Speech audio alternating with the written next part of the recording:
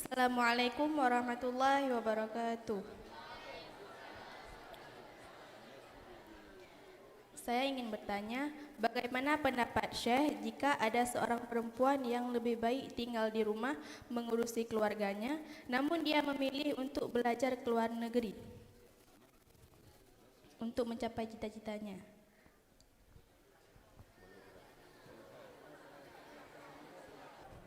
Iya, pendapat saya tidak takut untuk katakan ini.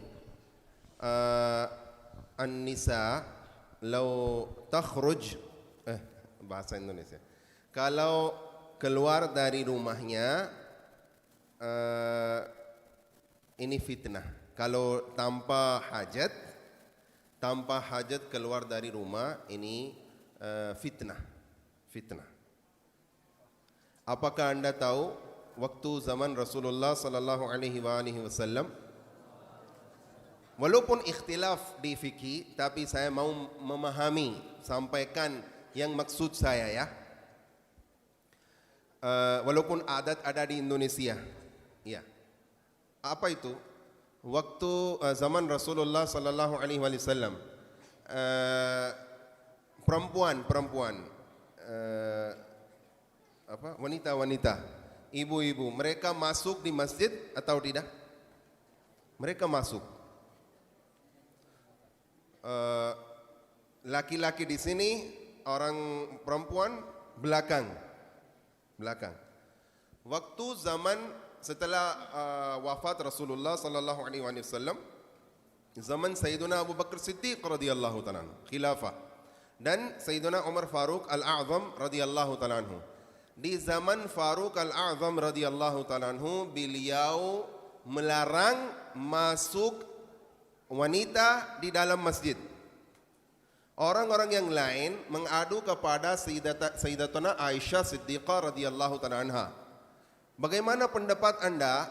Umar Faruq radhiyallahu ta'ala anhu melarang masuk wanita di dalam masjid.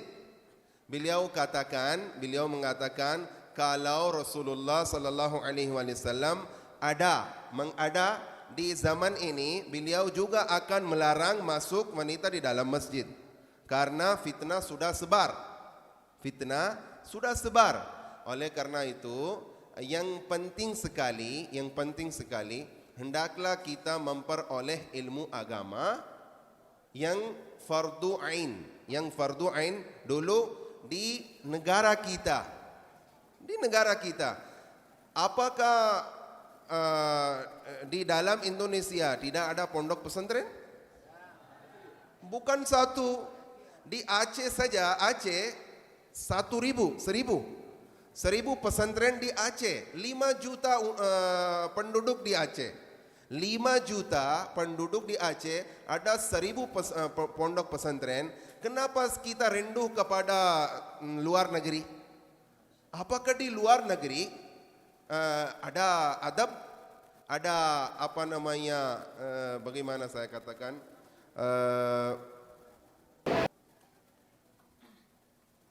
di sana ada khawatir, takut untuk izzah, untuk kehormatan wanita. Kenapa kita tidak belajar di negara kita yang cintai? Kenapa kita keluar? Kalau orang perempuan yang keluar dari negara, susah sekali. Walaupun Anda husnuzan, tapi itu mungkin ulama Aceh atau ulama Indonesia juga tidak memperbolehkan. Kalau ada pondok pesantren di kota Anda, di negara Anda, kenapa Anda keluar untuk memperoleh ilmu agama? Akan tetapi kebanyakan orang perempuan, mereka keluar negeri untuk mendapatkan ilmu dunia, bukan ilmu agama. Kebanyakan. Allahu Akbar. Astaghfirullahalazim wa atubu ilaih. Hendaklah kita takut kepada Allah Subhanahu wa taala. Setelah Sayyidina Umar radhiyallahu taala anhu melarang masuk wanita di dalam masjid. Satu sahabat Rasulullah sallallahu alaihi wasallam melarang istrinya untuk keluar dari rumah dan pergi ke masjid. Dia katakan, saya menjaga diri saya sendiri, tidak ada fitnah, tidak ada apa-apa. 2 kali, 3 kali dia tidak menerima. Waktu salat subuh, waktu itu tidak ada lampu, ya. Suaminya, sahabat Rasulullah sallallahu alaihi wasallam, berdiri dan sembunyikan dirinya. Misalkan belakang itu apa namanya? Tembok.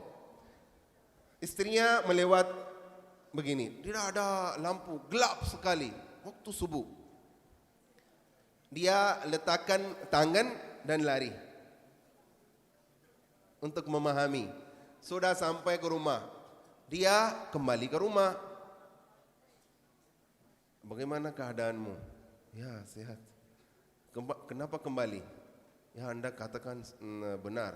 Karena saya melewat jalan, ada orang siapa saya tidak tahu, dia letakkan tangannya atas saya. Oh, itu fitnah. Ya, Umar radhiyallahu ta'ala mengatakan benar, saya tidak akan pergi ke masjid. Itu untuk memahami. Perempuan yang keluar dari rumah tanpa hajat, tanpa tugas, fitnah. Kalau mau keluar bisa diperbolehkan untuk memperoleh ilmu agama atau tugas rumah, boleh diperbolehkan. Boleh dikeluar, tapi ada syarat-syarat. Hendaklah dia sembunyikan atau pakai hijab. Pakai hijab dan keluar.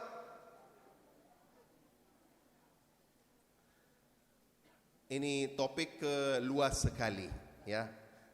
Akan tetapi alhamdulillahirabbil alamin, saya tidak mujamalah. Apa mujamalah di bahasa Indonesia? Bercanda. Bercanda itu mizah. Memuji bohong. Memuji saja. Saya tidak memuji, akan tetapi saya dengan hati katakan, alhamdulillah saya dapatkan Aceh paling bagus di Indonesia. Itu bukan memuji, itu dengan hati. Sekarang saya tidak bisa melihat perempuan. Ini bagus. Kenapa antum masukkan syekh atau kiai di dalam fitnah? Kenapa? Apakah Sayyidina Adam alaihi salatu wassalam diciptakan oleh Allah subhanahu wa ta'ala, dan diciptakan Hawa radhiyallahu ta'ala anha, itu apa namanya? Tulang rusuk. Tiba-tiba Allah berikan kepada Sayyidina Adam alaihi salatu wassalam syahwah. Syahwah ini juga nikmat dari Allah. Nikmat dari Allah. Adam alaihi salatu wassalam pengen menikah sama Hawa radhiyallahu ta'ala anha. Beliau Allah subhanahu wa ta'ala mengatakan, bacalah, berselawatlah kepada Nabi yang anda melihat namanya atas langit 10 kali. Ini mahar untuk Hawa radhiyallahu ta'ala anha. Kalau orang laki-laki melihat kepada perempuan tidak ada syahwat, bagaimana? Kalau tidak ada syahwat, mungkin ragu ini laki-laki atau yang lain. Oleh karena itu, kenapa kita dudukkan perempuan belakang, laki-laki di sini? Syekh atau kiai atau siapa saja melihat kepada wajah-wajah perempuan. Tidak cocok. Kenapa antum masukkan yang menyampaikan ceramah di dalam fitnah? Jauhkanlah mereka dari fitnah. Di tempat-tempat yang lain, saya malu kalau saya masuk di rumah, istrinya datang, assalamualaikum warahmatullahi wabarakatuh, begini. Tidak boleh. Saya ghair mahram, bukan ghair mahram sah. Saya ghair mahram untuk istrinya. kalau suaminya tidak melarang istrinya untuk berbicara sama ghair mahram, itu menjadi dayyuth. Wad dayyuthu la yadkhulul jannah. Dayyuth itu orang tidak bisa tidak masuk surga. Ini kehormatan kita. Kenapa kita tunjukkan kepada orang yang lain? Hendaklah kita sembunyikan istri kita, ibu kita, saudari kita, anak perempuan kita. Kenapa kita tunjukkan? Ini anak perempuan saya, ini istri saya, ini ibu saya. Kenapa? Apakah ini diajarkan oleh Rasulullah Sallallahu Alaihi Wasallam? Enggak. Pergilah ke Yaman. Ada begitu? Enggak ada. Ada Yaman? Enggak ada. Di di Syria ada begitu? Enggak. Ini dayyuth. Dayyuth orang yang tidak akan masuk surga. Hendaklah kita berikan hijab. Satu cerita, sahabat Rasulullah sallallahu alaihi wasallam pulang dari kerja mau masuk rumah, tapi istrinya berdiri luar pintu, luar rumah. Beliau tidak bertanya, marah-marah atas istrinya. Beliau tidak bertanya sebab, kenapa anda keluar dari rumah? Wahai istriku, kenapa anda keluar dari rumah? Dia katakan, mohon maaf, masuklah dulu di rumah apa yang ada di dalamnya. Oleh karena itu saya mau keluar. Beliau masuk di rumah, ada ular yang besar sekali, panjang sekali, dan berbahaya sekali. Kalau satu kali gigit, insan mati, manusia mati, wafat. Beliau marah-marah atas ular dan mau membunuh. Membunuh. Dia juga membunuh, tapi dari mulut dia gigit juga. Wafat. Lihatlah, pikiran apa? Sahabat Rasulullah sallallahu alaihi wasallam marah atas istrinya yang keluar dari pintu, walaupun sebab, tapi marah-marah. Kenapa? Ashabi kan nujum, bi ayyihim iqtadaitum ihtadaitum. Hendaklah kita ambil berkah dari sahabat Rasulullah sallallahu alaihi wasallam. Sallu ala al-habib sallallahu alaihi wasallam wa ala alihi wa sahbihi wa baraka wasallam. Sahabat-sahabat perempuan belum berjalan ke luar negeri untuk memperoleh ilmu agama dan ilmu dunia.